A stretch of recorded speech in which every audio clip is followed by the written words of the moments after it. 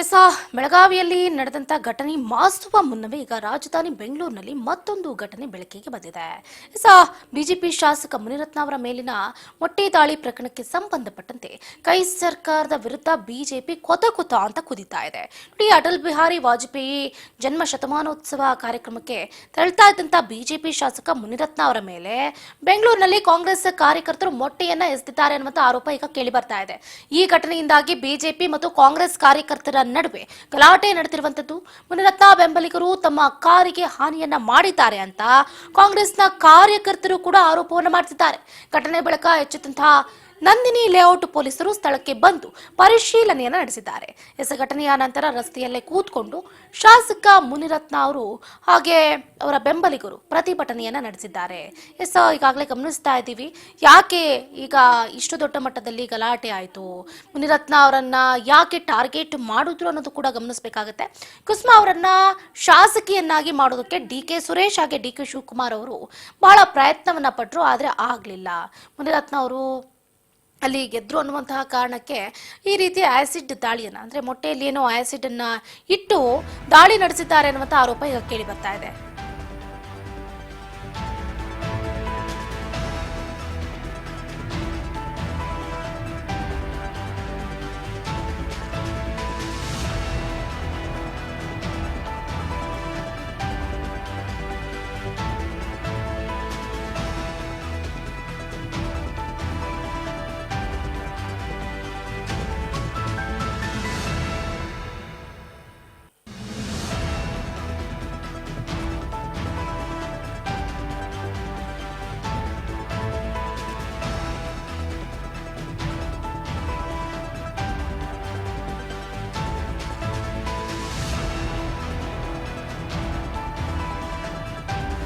ಮುನಿರತ್ನ ಪ್ರಕರಣ ನಂತರ ಮಾತಾಡ್ತಾ ಹೋಗೋಣ. ಸದ್ಯಕ್ಕೆ ಬೆಳಗಾವಿಗೆ ಆಗಮಿಸಿದ್ದಾರೆ ಇಬ್ಬರು ಯೋಧರ ಪಾರ್ಥಿವ ಶರೀರ. ಏನು ಜಮ್ಮು ಮತ್ತು ಕಾಶ್ಮೀರದ ಪೂಂಚ್ ಜಿಲ್ಲೆಯ ಗಡಿ ನಿಯಂತ್ರಣ ರೇಖೆ ಬಳಿ ಮಂಗಳವಾರ ಸಂಜೆ ನಡೆದಂತಹ ರಸ್ತೆ ಅಪಘಾತದಲ್ಲಿ ಕರ್ನಾಟಕದ 3 ಯೋಧರು ಹುತಾತ್ಮರಾಗಿರುವಂತಹ ವಿಷಯಕ್ಕೆ ಸಂಬಂಧಪಟ್ಟಂತೆ ಈಗ ಹೊಸ ಬ್ರೇಕಿಂಗ್ ನ್ಯೂಸ್ ಲಭ್ಯ ಆಗ್ತಾ ಇದೆ. ಗಮನಿಸ್ತಾ ಇದ್ದೀರಾ, ಬೆಳಗಾವಿಯ ಮಿಲಿಟರಿ ಮೈದಾನದಲ್ಲಿ ಸಿಎಂ ಅಂತಿಮ ನಮನವನ್ನ ಸಲ್ಲಿಸ್ತಾ ಇದ್ದಾರೆ. ಸೇನಾ ವಾಹನ ಕಂದಕಕ್ಕೆ ಬಿದ್ದು ಯೋಧರು ಹುತಾತ್ಮರಾದ ವಿಷಯಕ್ಕೆ ಸಂಬಂಧಪಟ್ಟಂತೆ ಈಗಾಗಲೇ ಬೆಳಗಾವಿಗೆ ಇಬ್ಬರು ಯೋಧರ ಪಾರ್ಥಿವ ಶರೀರ ಬಂದಿರುವಂತದ್ದು. ಘಟನೆಯಲ್ಲಿ ಒಟ್ಟು 5 ಯೋಧರು ಹುತಾತ್ಮರಾಗಿದ್ದಾರೆ.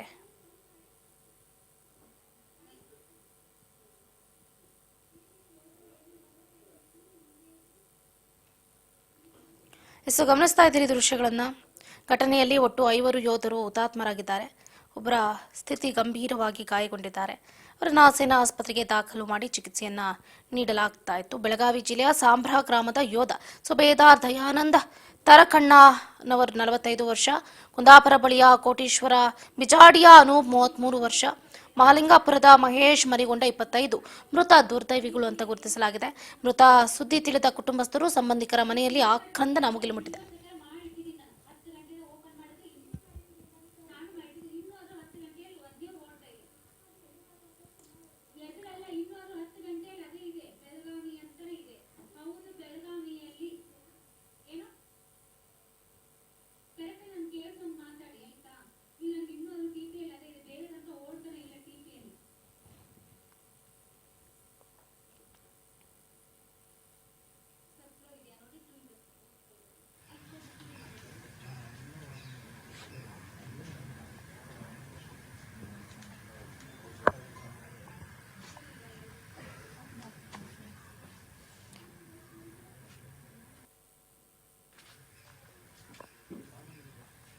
ಗಮನಿಸ್ತಾ ಇದ್ದೀರಾ, ಭಾರತಾಂಬೆ ರಕ್ಷಣೆಯಲ್ಲಿ ಹುತಾತ್ಮರಾದ ಕನ್ನಡಾಂಬೆಯ 3 ಮಕ್ಕಳು, 3 ಹುತಾತ್ಮ ಯೋಧರ ವಿವರವನ್ನ ಗಮನಿಸಬಹುದು. ಜಮ್ಮುವಿನ ಪೂಂಚ್ ಜಿಲ್ಲೆಯಲ್ಲಿ ಸಂಭವಿಸಿದ ಪ್ರಕರಣಕ್ಕೆ ಸಂಬಂಧಪಟ್ಟಂತೆ ಸಿಎಂ ಸಿದ್ದರಾಮಯ್ಯ ಮಾತಾಡಿದ್ದಾರೆ. ಕೇಳ್ತಾ ಹೋಗೋಣ. ರಸ್ತೆ ಅಪಘಾತದಲ್ಲಿ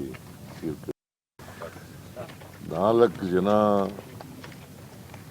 ನಮ್ಮ ಸೈನ್ಯದ ಯೋಧರು ರಸ್ತೆ ಅಪಘಾತದಲ್ಲಿ ತೀರ್ಕೊಂಡಿದ್ದಾರೆ.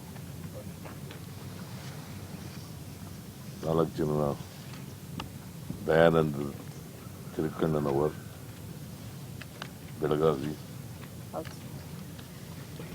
ಧರ್ಮರಾಜ್ ಸುಭಾಷ್ ಕೋತಾ, ಚಿಕ್ಕೋಡಿಯವರು, ಮಹೇಶ್ ನಾಗಪ್ಪ ಮಾರಿಗುಂಡ, ಮಹಾಲಿಂಗಾಪುರ, ಬಾಗಲಕೋಟೆ, ಆಮೇಲೆ ಅನೂಪ್ ಪೂಜಾರಿ, ಕುಂದಾಪುರ.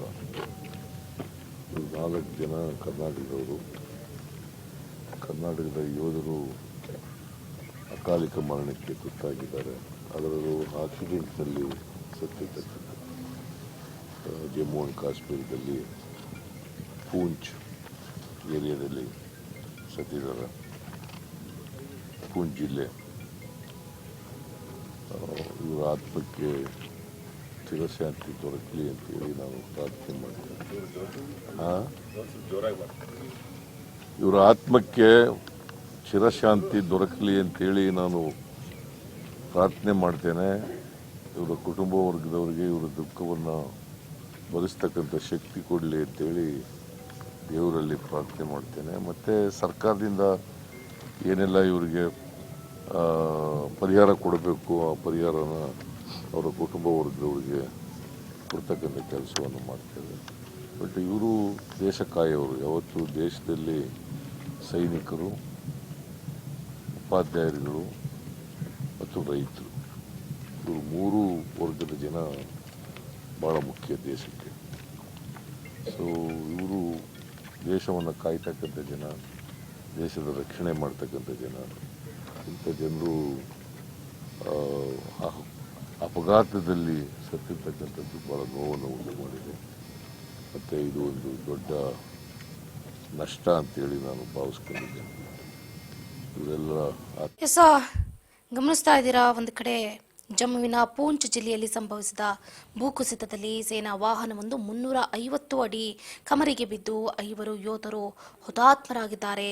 ಈ ದುರಂತದಲ್ಲಿ ಕರ್ನಾಟಕದ 3 ಯೋಧರು ಸೇರಿದಂತೆ 5 ಟೋಟಲ್ ಆಗಿ 5 ಮಂದಿ ಸಾವನ್ನಪ್ಪಿರುವಂತಹ ಘಟನೆ ಬಹಳ ನೋವನ್ನ ಉಂಟು ಮಾಡಿದೆ.